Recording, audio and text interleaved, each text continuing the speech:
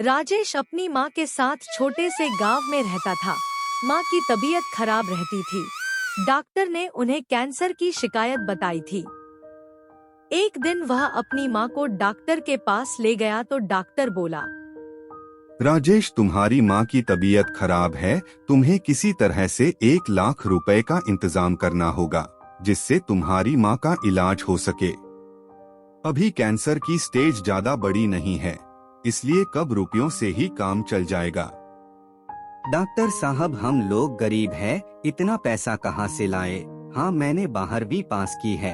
अब मैं नौकरी करूँगा और रुपए कमाऊंगा, फिर माँ का इलाज कराऊंगा। राजेश घर पहुंचकर अपनी माँ से कहता है, माँ, अब मुझे नौकरी ढूंढनी होगी। डॉक्टर कह रहा था कि तुम्हारे इलाज के लिए रुपए चाहिए।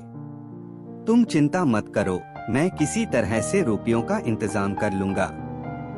बेटा ठीक है, तुम नौकरी करना चाहते हो तो कर लो, मगर मैं यहाँ अकेले कैसे रहूंगी। एक काम करो, तुम शादी कर लो, कम से कम तेरी बहू तो मेरा ख्याल रखा करेगी। राजेश की माँ को एक लड़की पसंद आ जाती है। वह उसकी शादी एक मंदिर में कर देती है। अब राजेश फिर नौकरी ढूंढने के लिए जगह जगह जाता है। बड़ी मुश्किलों के बाद उसे एक नौकरी मिलती है। वह इंटरव्यू में मालिक दीनदयाल से कहता है, सर, मुझे नौकरी की जरूरत है।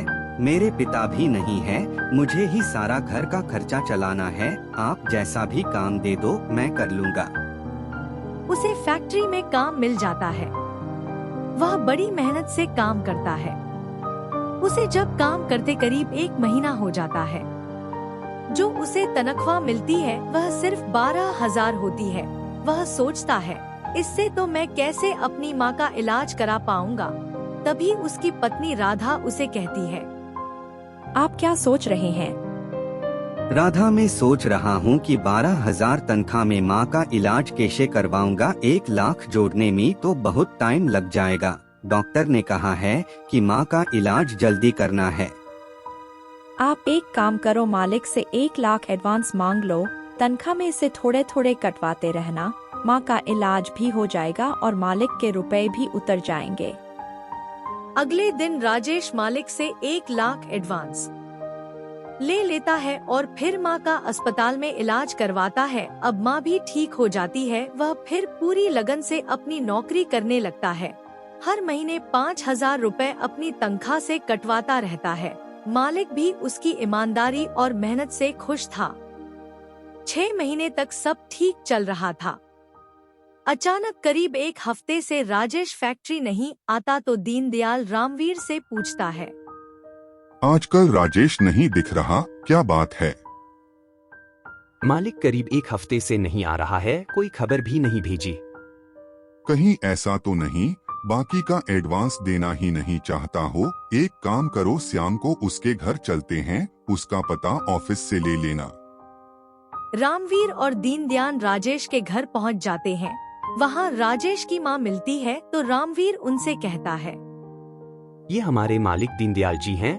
राजेश हमारे साथ ही काम करता है। क्या बात है, आजकल वे फैक्ट्री नहीं आ रहा है? उसकी तबीयत तो ठीक है। बेटा क्या बताऊं, मेरा तो भाग्य ही उजड़ गया है। राजेश का 1 हफ्ते पहले एक्सीडेंट हो गया, जिसमें उसकी मृत्यु हो गई है। मुझे और अपनी पत्नी को वो अकेला छोड़ गया। हमारा तो एक ही सहारा था। हमें फैक्ट्री का पता नहीं पता था, वरना हम वहाँ खबर करते। ये सब सुनकर वो दोनों वहाँ से चले आते हैं। समय गुजर रहा था कि एक दिन राजेश दीनदयाल के घर पर आ जाता है। दीनदयाल उसे कहता है, राजेश, तुम यहाँ कैसे? तुम्हारी तो एक्सीडेंट में मौत हो चुकी है, ऐसा तुम्हारे घर वालों ने बताया था। नहीं मालिक, आपसे मेरी माँ ने झूठ बोला था। वो आपको एडवांस के रुपए वापस नहीं देना चाहते थे। मैं तो बीमार था, अब मैं ठीक हूँ। मैं कल से काम पर आ जाऊँ क्या? राजेश अगले दिन से काम पर आ जाता है। अब वे पहले से ज्यादा काम करता है।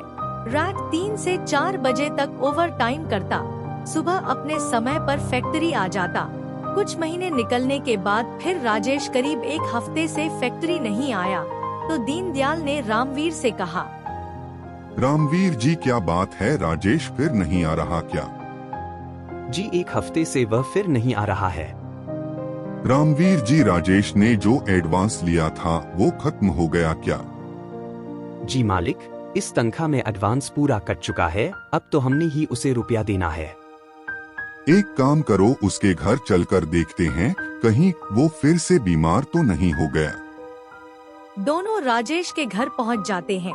वहां राजेश की पत्नी मिलती है तो रामवीर उससे कहता है, राजेश जी नजर नहीं आ रहे हैं, कहीं गए हैं क्या? साहब क्यों मजाक कर रहे हो? आपको माताजी ने बताया तो था कि उनका एक्सीडेंट हो गया है, अब वो इस दुनिया में नहीं है। दीनदयाल सोचता है, क्या राजेश सिर्फ अपना कर्ज चुकाने के लिए वापस आया था?